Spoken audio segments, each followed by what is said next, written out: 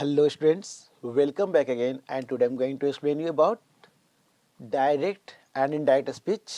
जैसा कि आप डायरेक्ट स्पीच के बारे में जानते हैं कि जब हम किसी बात को जैसा सुनते हैं बिल्कुल वैसे ही यदि यूज़ करते हैं बिना कोई चेंजिंग किए उस सेंटेंस में तो उसे डायरेक्ट स्पीच कहते हैं। और यदि उसी सेंटेंस को मतलब मीनिंग सेम निकले लेकिन थोड़ा उसमें परिवर्तन करके बोलते हैं उसे क्या बोलते हैं, इनडायरेक्ट स्पीच। डायरेक्ट से इनडायरेक्ट में चेंज करने के समय सबसे पहले हमको ध्यान देना होता है रिपोर्टिंग वर्ब को। सबसे पहला काम हमारा है रिपोर्टिंग वर्ब। यदि ये रिपोर्टिंग वर्ब प्रेजेंट टेंस में है तो रिपोर्टेड स्पीच, जो कि ये पार्ट हमारा रिपोर्टेड स्पीच कहलाता है, इसमें कोई परिवर्तन यानी कोई चेंजिंग नहीं करते। ओके, यदि रिपोर्ट दैट मीन्स कि टेंस में यदि रिपोर्टिंग वर्ब हमारा प्रेजेंट टेंस में है तो रिपोर्टेड स्पीच के टेंस में कोई चेंजिंग नहीं करते हैं। और यदि रिपोर्टिंग वर्ब हमारा पास्ट टेंस में है तो रिपोर्टेड स्पीच का टेंस चेंज हो जाता है। ये तो पहला रूल हुआ आपका। सबसे पहले इस बात को ध्यान में रखना है कि रिपोर्टेड स्पीच किस तरह का सेंटेंस है।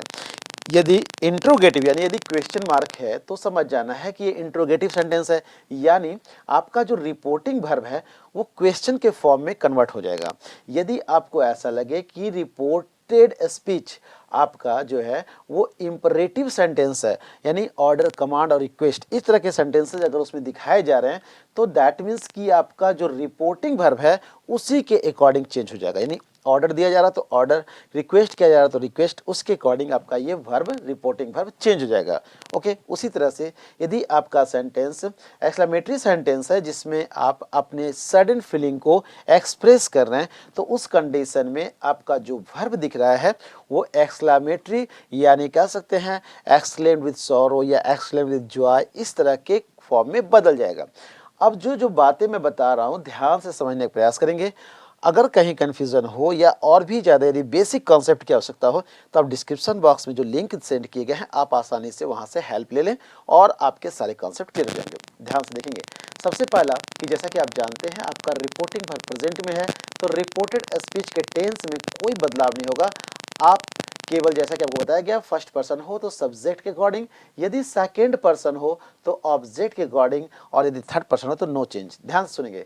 जैसा कि आप देख रहे हैं ये प्रेजेंट टेंस में है। ओके, तो उस कंडीशन में आप जो सब्जेक्ट देख रहे हैं आप उसे यूज करेंगे और उसके बाद आप जैसा कि देख रहे हैं आपका वर्ब, चूंकि इसके बाद कोई भी ऑब्जेक्ट नहीं है तो जैसा देख रहे हैं वैसे ही आप उसे नोट कर देंगे। ही सेज और कॉमा और इन्वर्टेड कॉमा के जगह पर आप दैट यूज करेंगे। और उसके बाद जैसा कि आप यहाँ पर फर्स्ट पर्सन देख रहे हैं आप सब्जेक्ट के अकॉर्डिंग चेंज करेंगे, सब्जेक्ट में ही है आप यहाँ पर ही यूज करेंगे। और जैसा कि मैंने कहा कि रिपोर्टेड स्पीच के टेंस में कोई बदलाव नहीं करेंगे। यदि ये कंटिन्यूअस में है प्रेजेंट कंटिन्यूअस तो आप भी प्रेजेंट कंटिन्यूअस में लिखेंगे क्योंकि आपका रिपोर्टिंग पर प्रेजेंट टेंस में है तो आप लिखेंगे he is going to Patna. जैसा लिखा हुआ है आप उसी तरह से यूज करेंगे, going to Patna. Second sentence ध्यान से देखने और समझने का प्रयास करेंगे। आपके साथ आपके सेंटेंस में दैट मीन्स देख रहे होंगे यहाँ भी प्रेजेंट टेंस का यूज किया गया है। तो उस कंडीशन में जैसा कि मैंने कहा यदि आपको रिपोर्टिंग वर्ब जैसा कि देख रहे होंगे आप उसके बाद टू लिखकर ऑब्जेक्ट लिखा हुआ है, उस कंडीशन में आप क्या करेंगे से टू को टेल में कन्वर्ट करेंगे। ओके, यदि यहाँ पर भी अगर टू लिखकर ऑब्जेक्ट होता तो मैं इसे यहाँ पर टेल्स लिखता। ओके, लेकिन चूंकि डायरेक्ट आपके पास सेज लिखा हुआ है कोई ऑब्जेक्ट नहीं है तो आप बिल्कुल जैसे लिखा हुआ वैसे लिख दीजिए। तो मैं लिखूंगा सबसे पहले दे और से टू को मैं क्या बोला, मैंने क्या कहा टेल में कन्वर्ट कर रहा हूं। ओके, और जैसा कि आप देख रहे हैं मोहन। ओके, कॉमा और इन्वर्टेड कॉमा के लिए आप दैट यूज करेंगे क्योंकि आप जैसा कि देख रहे हैं आपका ये असर्टिव सेंटेंस है तो आप बिल्कुल दैट मीन्स कि ये प्रेजेंट टेंस में होने के कारण से आप इस टेंस में कोई परिवर्तन नहीं करेंगे, कोई चेंजिंग नहीं करेंगे। बस केवल जो रूल है आपका सब्जेक्ट फर्स्ट पर्सन है तो फर्स्ट पर्सन है तो आप सब्जेक्ट के अकॉर्डिंग दे यहाँ यूज करेंगे। ओके, दे के बाद आप क्या यूज करेंगे इज एम आर, जैसा लिखा हुआ है दे के अकॉर्डिंग आप आर लिखेंगे, यूज करेंगे they are going to Patna, going to Patna. Next sentence ध्यान से देखने का प्रयास करेंगे। जैसे राहुल सेड, मैंने कहा कि अब ये पास्ट में कन्वर्ट हो गया, अब इसके टेंस को आप बदल देंगे। जैसे ये पास्ट में है तो आपका प्रेजेंट कंटिन्यूअस पास्ट कंटिन्यूअस में कन्वर्ट हो जाएगा तो आप लिखेंगे राहुल, राहुल और सेड टू जो है वो टोल्ड में कन्वर्ट होगा। ओके, यदि प्रेजेंट में है तो टेल मैंने लिखा, पास्ट में है तो मैंने टोल्ड लिखा, ओके, और राधा, ओके। और जैसा कि कॉमा इन्वर्टेड कॉमा के लिए आप दैट यूज करेंगे। ध्यान देंगे अभी तक जितने भी सेंटेंसेस मैं बना रहा हूँ सारे के सारे असर्टिव सेंटेंस हैं, इसलिए अभी तक आपको कोई खास चेंजिंग देखने को नहीं मिला है। ध्यान देंगे तो फर्स्ट पर्सन सब्जेक्ट के अकॉर्डिंग, यानी राहुल है तो लड़का है, बॉय है इसलिए ही यूज करेंगे, और ही दैट मीन्स मैंने कहा था ये प्रेजेंट कंटिन्यूअस है, और चूंकि आपका रिपोर्टिंग वर्ब पास्ट में है तो ये भी पास्ट में कन्वर्ट होगा, तो आप लिखेंगे वाज, ओके। तो ये present continuous past continuous convert हो रहा, playing football, playing football, okay. Next, फिर आप देख रहे होंगे कि आपके पास पास्ट में सेंटेंस है, तो सी सेड टू राम, तो आप लिखेंगे सेड टू को टोल्ड में कन्वर्ट करेंगे, तो आप लिखेंगे सी टोल्ड राम, ओके। और जैसा कि आप इन्वर्टेड कॉमा के लिए दैट यूज करेंगे, और फर्स्ट पर्सन सब्जेक्ट के अकॉर्डिंग तो सब्जेक्ट में सी है तो आप सी यूज करेंगे, सी। और चूंकि ये आपका क्या दिख रहा है, सब्जेक्ट के बाद वर्ब अपने सेकेंड फॉर्म में, ध्यान देंगे यदि सब्जेक्ट के बाद वर्ब अपने सेकेंड फॉर्म में हो तो इसे हम क्या बोलते हैं, सिंपल पास्ट। और सिंपल पास्ट जो है किसमें कन्वर्ट होता है, पास्ट परफेक्ट में। तो पास्ट परफेक्ट का जो स्ट्रक्चर होता है वो क्या होता है, सब्जेक्ट के बाद हैड और वर्ब अपने थर्ड फॉर्म में, तो आप सब्जेक्ट के बाद हैड लिखेंगे और वर्ब को थर्ड फॉर्म में लिखेंगे, तो हेल्प का थर्ड फॉर्म हेल्प्ड ही होता है, हेल्प्ड। और सेकेंड पर्सन ऑब्जेक्ट से, ऑब्जेक्ट में राम है तो राम के लिए यहाँ पे क्या लिखेंगे, हिम यूज करेंगे, ओके। नेक्स्ट सेंटेंस, अब आपको सेंटेंस थोड़ा चेंज होता हुआ दिखाई देगा। अब आपको जो सेंटेंस दिखाई दे रहा है, the sun sets in the west, ये यूनिवर्सल ट्रूथ है, तो यूनिवर्सल ट्रूथ वाले सेंटेंस में कोई बदलाव नहीं करेंगे, ओके। तो जैसा कि आपने देखा माई फादर सेड, कोई ऑब्जेक्ट नहीं है तो बिल्कुल ऐसे लिखेंगे, my father said, okay, the that use करेंगे आप साथ में, और बिल्कुल सेम जैसा दिख रहा है यूनिवर्सल ट्रूथ वाले सेंटेंस को यानी रिपोर्टेड स्पीच को कंप्लीट लिख देंगे, the sun sets in the west, the sun sets in the west, okay. Now next sentence जो देख रहे हैं, अब आपको थोड़ा और परिवर्तन देखने को मिल रहा है, यानी ये है इंट्रोगेटिव सेंटेंस। और जब भी आप इंट्रोगेटिव सेंटेंस में कन्वर्ट कर रहे हैं सेंटेंस को, वैसे सेंटेंस में किन बातों को ध्यान रखेंगे, ध्यान देंगे आपका इंट्रोगेटिव सेंटेंस जो होगा या तो WH वर्ड से होगा या फिर आपका एक्सिलरी वर्ब से होगा, ओके। तो यदि WH वर्ड से आपका इंट्रोगेटिव सेंटेंस है तो आप दैट भी यूज नहीं करेंगे, लेकिन जैसा आप देख रहे हैं जिस वर्ड से आपका रिपोर्टेड स्पीच जिस WH वर्ड से स्टार्ट हो रहा आप उसी वर्ड को यूज करेंगे, यानी इसमें कोई बदलाव नहीं करेंगे। तो जैसा कि आप देख रहे होंगे सबसे पहले तो चूंकि ये क्वेश्चन है इंट्रोगेटिव सेंटेंस में, आप दैट मीन्स कि आप देख रहे हैं क्वेश्चन मार्क है, तो सेड टू को आप आस्क्ड में कन्वर्ट करेंगे, लिखेंगे सी आस्क्ड, आप लिखेंगे सबसे पहले सी आस्क्ड, ओके, सी आस्क्ड राम, सी आस्क्ड राम। और जैसा कि मैंने कहा WH वर्ड से यदि रिपोर्टेड स्पीच स्टार्ट हो रहा हो तो आप इसमें कोई बदलाव नहीं करेंगे, आप जैसा देख रहे हैं बिल्कुल उसी वर्ड को यूज करेंगे, Y.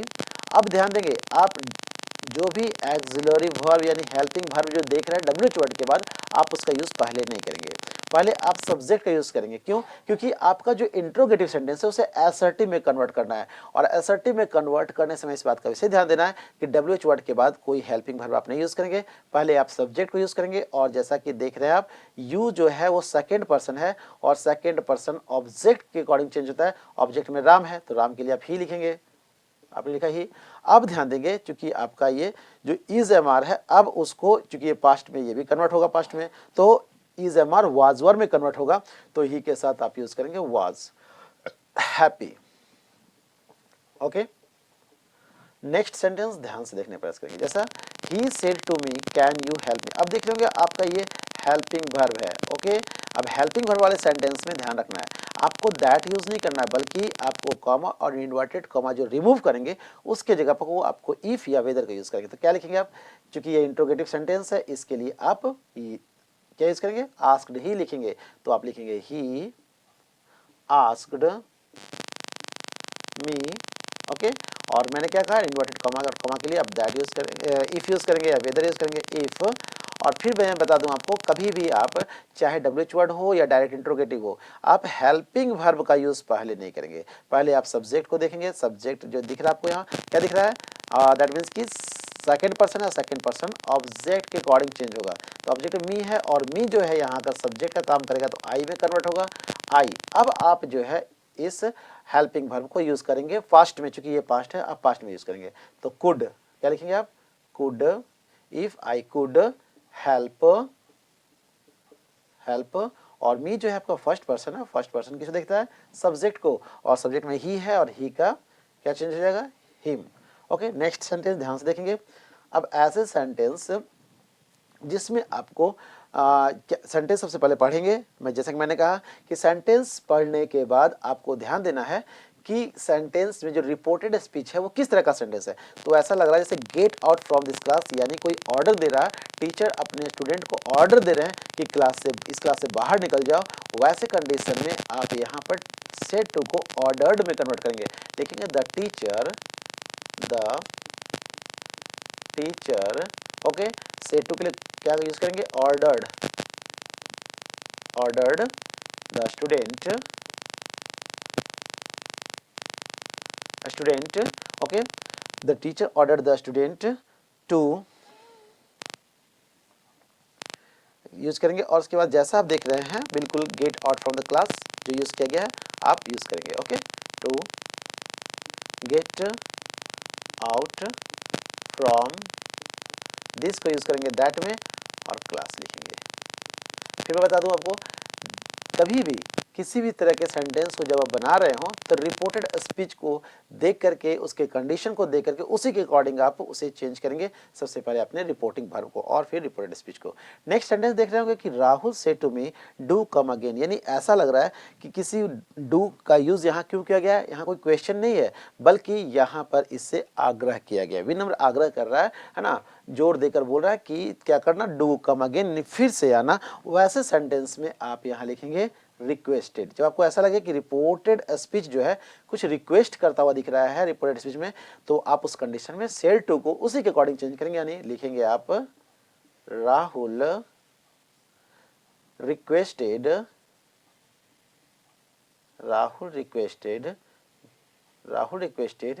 Me, okay, to come again, और ऐसे सेंटेंस में आप डू को रिमूव करेंगे। ओके, डू से आपको चूंकि ऐसा लग रहा है कि जोर दे करके आपसे कुछ आग्रह किया जा रहा है तो आप डू को रिमूव करेंगे, केवल टू को यूज करेंगे। ओके, और जैसा कि आपने इसमें भी देखा गेट वाले वर्ड में भी मैंने वहां टू यूज किया था। ओके, नेक्स्ट सेंटेंस देखेंगे कि Rahul said to me open the window, और जैसा कि लग रहा है क्वेश्चन टैग दिख रहा है और मुझसे पूछा जा रहा है कि क्या आप खिड़की खोल देंगे। ओके, वैसे कंडीशन में सेड टू के लिए आप क्या यूज करेंगे, आस्क्ड यूज करेंगे। ओके, कैसा लग रहा है, क्वेश्चन किया जा रहा है यानी पूछने का प्रयास किया जा रहा है। ओके, तो आप इस कंडीशन लिखेंगे राहुल, ओके, और सेड टू को यहां लिख देंगे asked, Rahul asked me, okay, to open the window,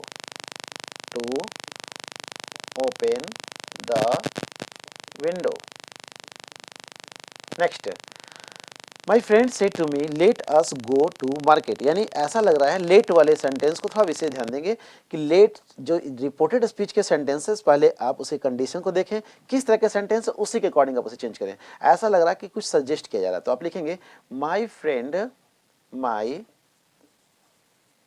friend, okay, suggested. Okay, यहाँ पे ध्यान देंगे आप जब भी इस तरह का लेट वाला सेंटेंस हो, आपको सजेस्ट हो या प्रपोज हो, वैसे सेंटेंस में ध्यान देंगे यदि टू के साथ ऑब्जेक्ट है तो आप टू के साथ लिखेंगे, अदरवाइज यदि टू नहीं है तो डायरेक्ट आप सजेस्टेड लिखेंगे। तो लिखेंगे माई फ्रेंड सजेस्टेड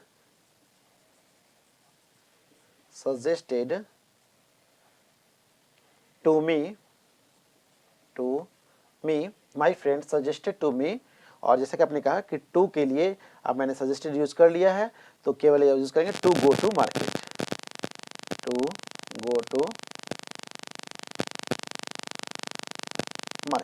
ओके। तो लेट वाले सेंटेंस से ध्यान देंगे कि सिचुएशन क्या है, कि क्या बोल, दैट मीन्स इससे क्या निष्कर्ष निकल रहा है या किस तरह के सेंटेंस, उसी के अकॉर्डिंग आप चेंज करेंगे। जैसे आप देखेंगे Rahul said let me take food, यानी राहुल को इच्छा है भोजन करने की, ओके, भोजन लेने की, तो उस कंडीशन में विश्ड यूज करेंगे, राहुल विश्ड लिखेंगे, आप यूज करेंगे Rahul wished, okay, that Rahul wish that, जैसे मैंने कहा कि इसमें ऐसा लग रहा है कि जैसे इसकी इच्छा है भोजन लेने की, तो वैसे सेंटेंस में आप इच्छा वाले सेंटेंस में आप क्या यूज करेंगे, शुड यूज करेंगे। Rahul wished that he should, okay, he should take food, take food. Next sentence ध्यान से देखने का प्रयास करेंगे। जैसे Mukesh said to the teacher let me go home now, यानी यहां पर लग रहा मुकेश जो है टीचर से अनुमति मांग रहा है कि मुझे अब घर जाने दें। तो ऐसे कंडीशन में आप रिक्वेस्टेड यूज करेंगे। मैंने कहा कि लेट वाले सेंटेंस में पहले कंडीशन को, सिचुएशन को देखने के अकॉर्डिंग आप उसी के अकॉर्डिंग आप चेंज करें। तो लिखेंगे Mukesh requested the teacher, Mukesh requested the teacher, okay, to allow, चूंकि लेट को यहाँ मैंने क्या यूज कर लिया है, रिक्वेस्टेड में कन्वर्ट कर लिया है, तो अब क्या यूज करेंगे, उसके लिए अलाउ यूज करेंगे, है ना। The Mukesh requested teacher to allow him, है ना, to go home now, to go home, और नाउ का यूज करेंगे आप किसमें, देन में, ओके। नेक्स्ट सेंटेंस जो देख रहे हैं ध्यान से समझने प्रयास करेंगे। He said if I were the PM of India, यानी ऐसा लग रहा है जैसे उसकी इच्छा है, ओके, यानी कि वो कामना कर रहा है।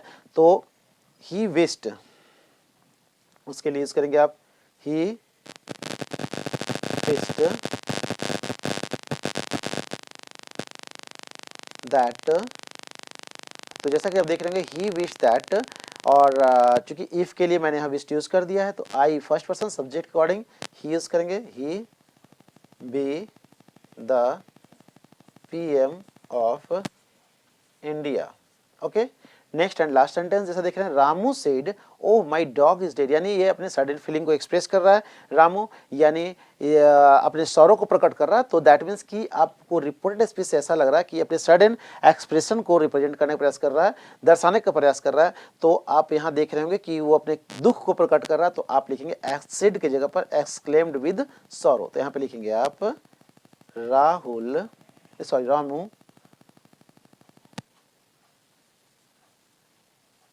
Ramu exclaimed with sorrow that, okay, my first person subject according his dog was dead, his